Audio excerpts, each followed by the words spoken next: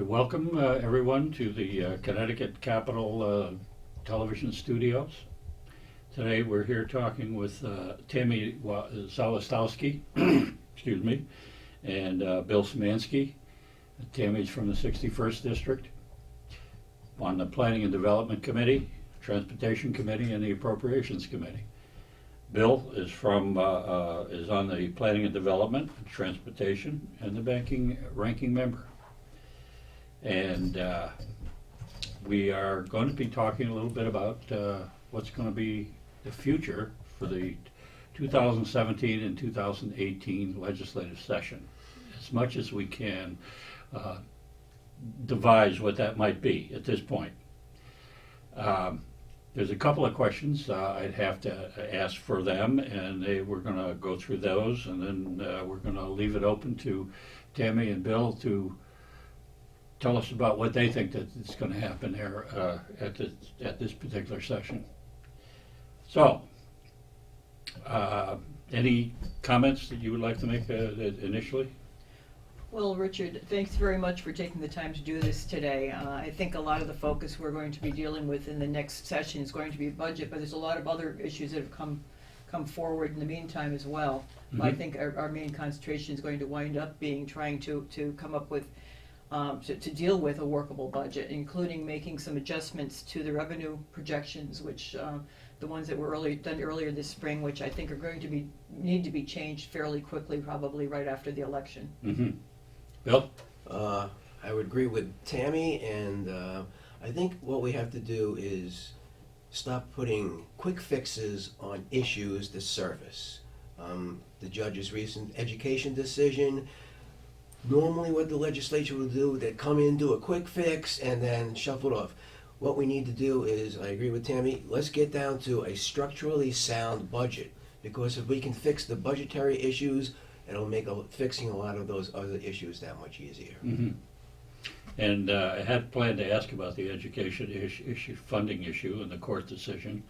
And recently, Attorney General George Jepsen has announced that he's going to appeal the ruling of Judge Mokhauser. Mm-hmm. Is that close? Yes. I'm glad that's close. And I know the judge wanted the legislature to come up with a 180-day deadline to find a solution to this, but having been in the legislature myself for a number of years, 180 days is like a blink of the eye, and certainly for the legislature, it's not going to have an effect on that. I mean, it's not going to happen. I know that. And Well, especially if it ran from the day of the ruling, because we don't even know who's going to be in the legislature in the next term right now, and we don't go into session in January, and this deadline would have put it just right at the beginning of the session. It can't happen. It can't happen, and I agree with you. It's just not rational to think that it might. It's something that we've been fighting over or discussing for many, many years, the education cost sharing formula and who gets what to whom and that kind of thing. And it's going to be, but that particular ruling was a whole lot more broad than just funding. I mean, there's a lot of other issues in there, teachers' evaluations and other things that special ed funding, yes. A lot of different things. It's a lot to put on anybody's plate if they haven't had it for a significant amount of time to think about it, and just to get 180 days. Now, for those of you that might not know, this year is an election year. The entire General Assembly in the Connecticut General Assembly is going to be re-elected or elected. They're going to have a new legislative session with the representatives and the senators. Everybody's new. No governor this year, no attorney general or comptroller or any of that. But everybody who makes the spending decisions for the state of Connecticut is going to be relatively new. It's going to be a new ball game. And we're going to have a new House Speaker as well. A new House Speaker. Who is pretty much in control of the agenda. So right. Yeah, that's going to be one added wrinkle that affects the House. In every legislative session is a different one. Yes, it is. And I know in the old history books, it used to be when they'd have the know-nothings legislators, or the legislative session would be a know-nothing or something. All different kinds of names that each session gets brand new, even if you have the same people. It's a brand new outlook on things. The other thing that I've been reading about lately is the regionalization. With Hartford going through some of their major financial problems, some of them self-inflicted, and there's another discussion about regionalization. Now, as I understand it, I remember correctly, if I do, towns can regionalize if they want to. Is that not true? There are some obstacles, primarily in the education area, where they need state approval to have regional school districts and stuff like that. And there are a couple of other barriers for municipalities to regionalize. But from my perspective, it's not even needed. I sat, as first selectman, I sat on the Capital Region Council of Governments, the 29 towns in the Hartford region. Mhm. We all cooperated, we all shared services where it made sense. We don't need to have a formal regionalization, which in my opinion is only going to send more money to Hartford, and Hartford could have their hand out. We're already sharing services where it's appropriate, where it's the right thing to do. We don't need another bureaucracy to tell us to do it. Mm-hmm. So instead of voluntary regionalization, which is what we have now, Yes. for the most part, they're looking. I'm thinking there might be legislation making mandatory, Yes.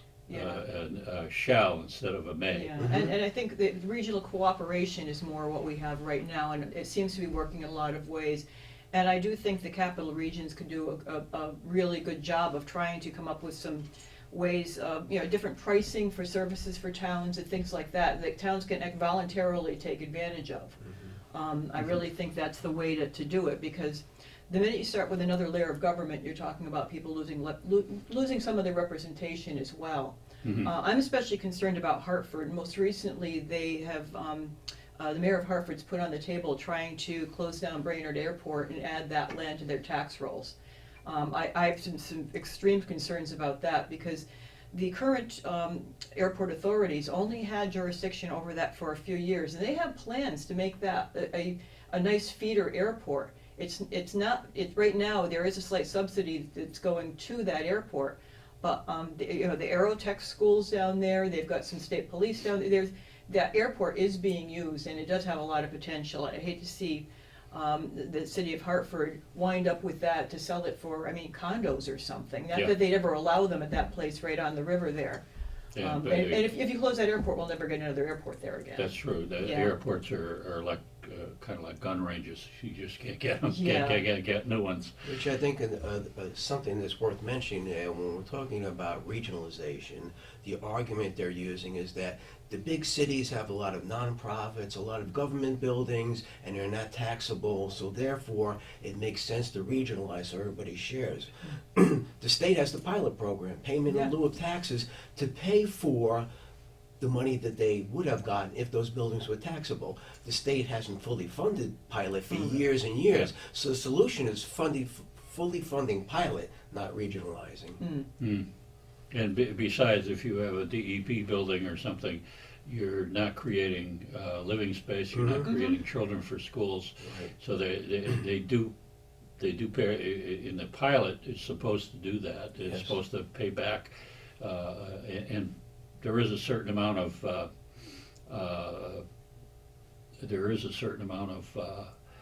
can't think of the word, but prestige by being the capital city, Sure. and you have a lot of business that's drawn in by virtue of being the capital, and so there are things to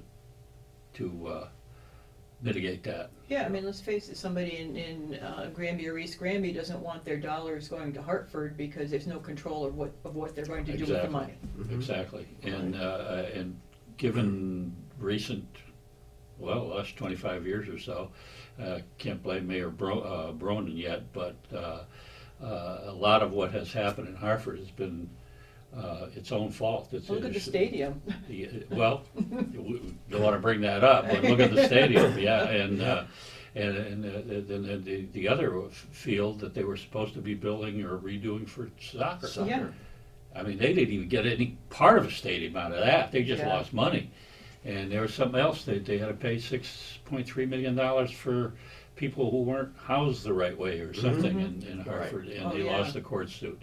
So I think there's a fact that people have to come back and say, you've got to do a good job with what you got first before we can say we'll get together and regionalize anything. But anyway, I did read an article not too long ago about on an issue called, if you call it what you will, but taxing mileage. Some discussion now had to do something about how many miles you drive your car, they would tax you on. And I haven't read any about it recently. Has that gone away? No. No, it's still No, the there. federal government actually gave the state, approved the grant to the state to do that. The state has to come up with $300,000 to put into this, and the federal government, I don't know if it's matching or whether or not, there's a federal contribution. Yeah.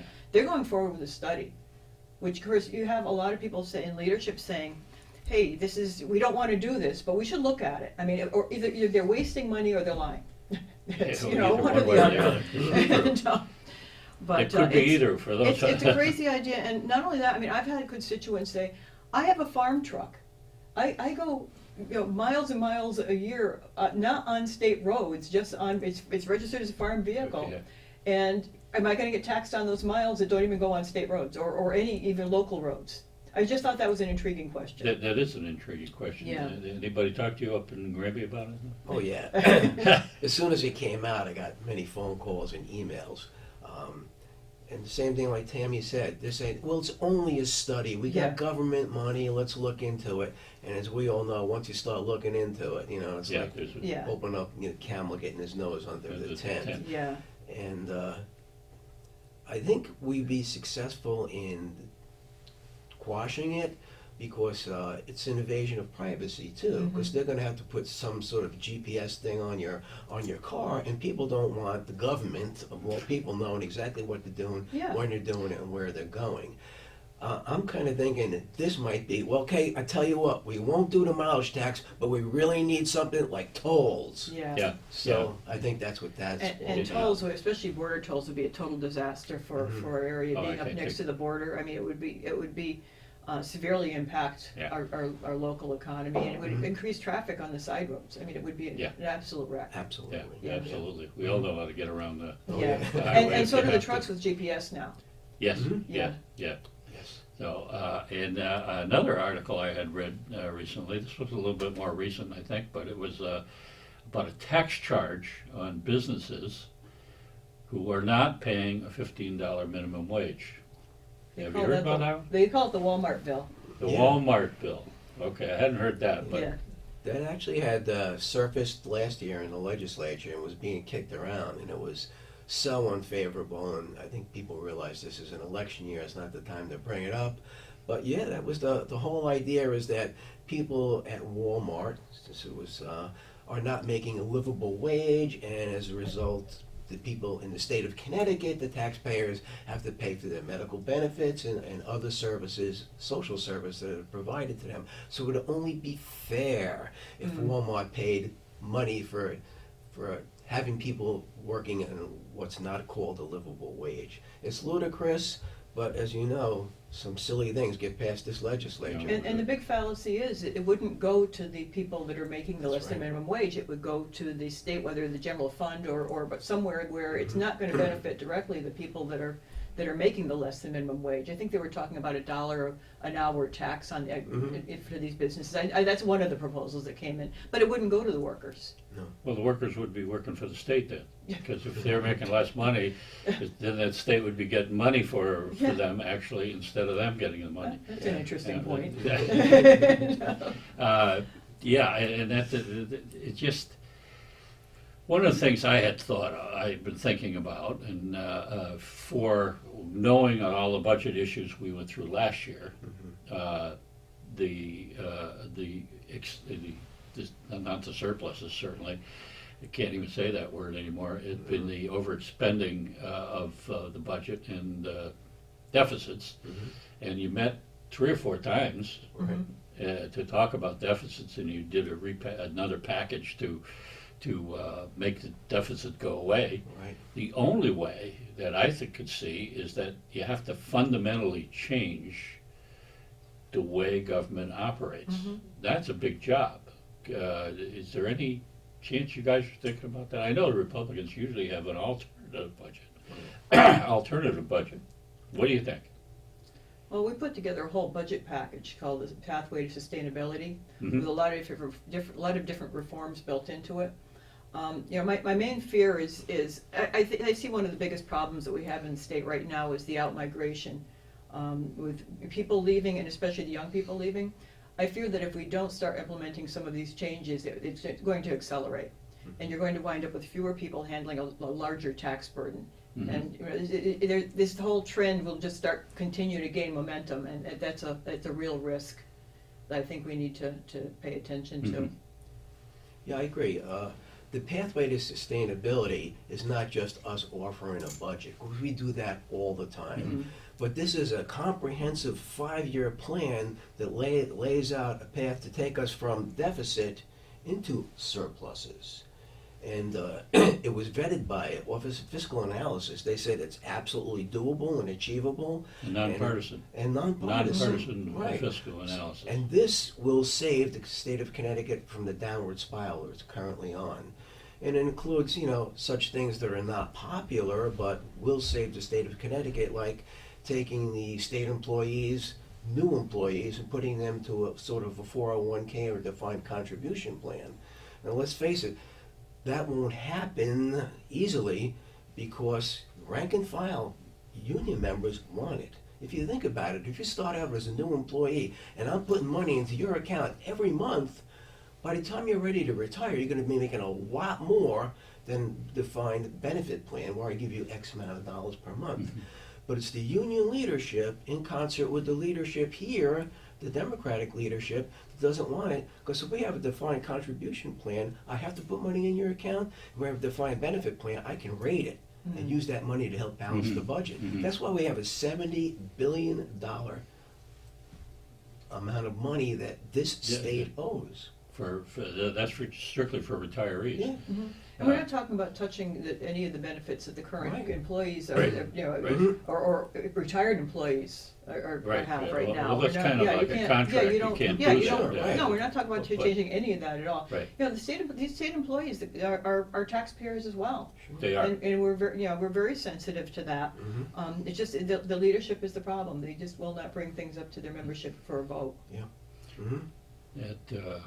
That's been a problem right along. Over the years, I had been a member of Appropriations Committee, and every year you talk to people coming in asking for more money, things. But don't we have a lot of agencies, different agencies, that have similar programs to do the very similar things, and they all have staff, they all have a budget. And couldn't it make more sense to try to funnel those down to get rid of some of those programs, even if you have to give another program money, but you take it away and allow that, for instance, a social service program should be the responsibility of Department of Social Services, not the Department of Energy or the Department of... They moved a lot of social services over to judiciary this past year, too. I mean, that makes no sense. No sense at all. Because the people in social services know what they're doing. Right. And, it's crazy. And there's a duplication. I think there are several different teen pregnancy programs, and I think some training for fathers and things like that different agencies have.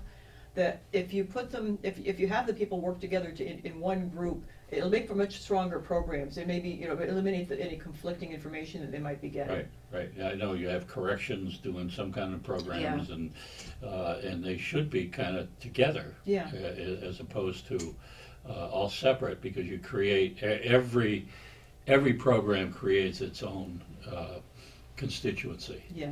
And every year you see I remember seeing them come to me on approach and saying, you know, we need more money to do this, we need more money to do that. But it's the people who work there, the people who are getting paid by those programs that are really, really affected. And they're really interested in making sure their programs go forward. And it always seemed to me to be a little bit difficult to justify to my constituents, Right. who happen to be both your constituents Right. at Yeah. the same point. Well, that was one of our proposals in our deficit mitigation, that we consolidate a lot of those things. And in fact, the governor did adopt some of our suggestions, because he did consolidate some of the agencies and commissions. You know, the Permanent Commission of Women merged with, I don't even remember who they merged with, but And I think children and aged or something. right, children yeah. and aging. Yeah. So they It's merged a big- couple together. And like you say, there's a commissioner and an assistant and a deputy and a staff. So they've saved some money, but we need to do it statewide, Yeah. not just Yeah, on those I couple of tend to- commissions. Yeah, I agree with you. So, you have specific issues for the 61st and 62nd district. I have on my notes here, Newgate Prison, and I know Yes. that's a favorite of your guys. Yeah.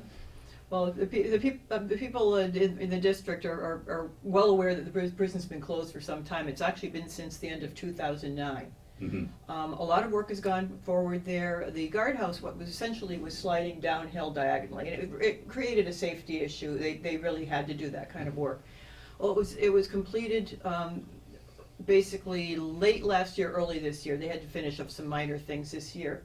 But the good thing is that we have coming up on October 22nd, we have an Old Newgate Open House Day. I'm working with DECD, Department of Economic and Community Development, which is the Historic Preservation Office is under that department. They are willing to let people in for the day to come and look to see some of the work that's been done on the prison, because you know it has been done with taxpayer money and they should be able to look at it. So we're looking at having a couple of people from that office, as well as a large group of volunteers from Granby and East Granby, that are working on putting together a program. It's a pretty exciting program. As a matter of fact, if anybody's interested, it will be posted on my website. It's repzawistowski.com. I'm sure that'll be flashed at the end of the show here. But I'll have a schedule of events as well. We've got anything from different state departments to the Connecticut Historical Society coming in. We've got the archaeologist's office coming in. We've got the person who wrote the book on the counterfeiter. I don't know if you've seen the Newgate has a big engraving that was done by one of the prisoners. The book is about him. So we have somebody coming in and to do a presentation on that. We'll also have Veets Tavern open, at least the first floor. Second floor is a little iffy. We're going to maybe work some private tours in. We want the people of the district to see what's been going on, of both districts and also the surrounding areas. We're not making this into a huge statewide kind of thing. It's kind of like not quite a private party, but we're trying to focus on our local people. But October 22nd, 10 a.m. to 4 p.m. Rain or shine. I'm kind of excited about this because I'm aware of the updates, and I've been up to the prison Yeah. a couple of times with Tami, and the governor was there and everybody else. And when I tell my constituents, they say, I don't believe it, they're not going to do anything.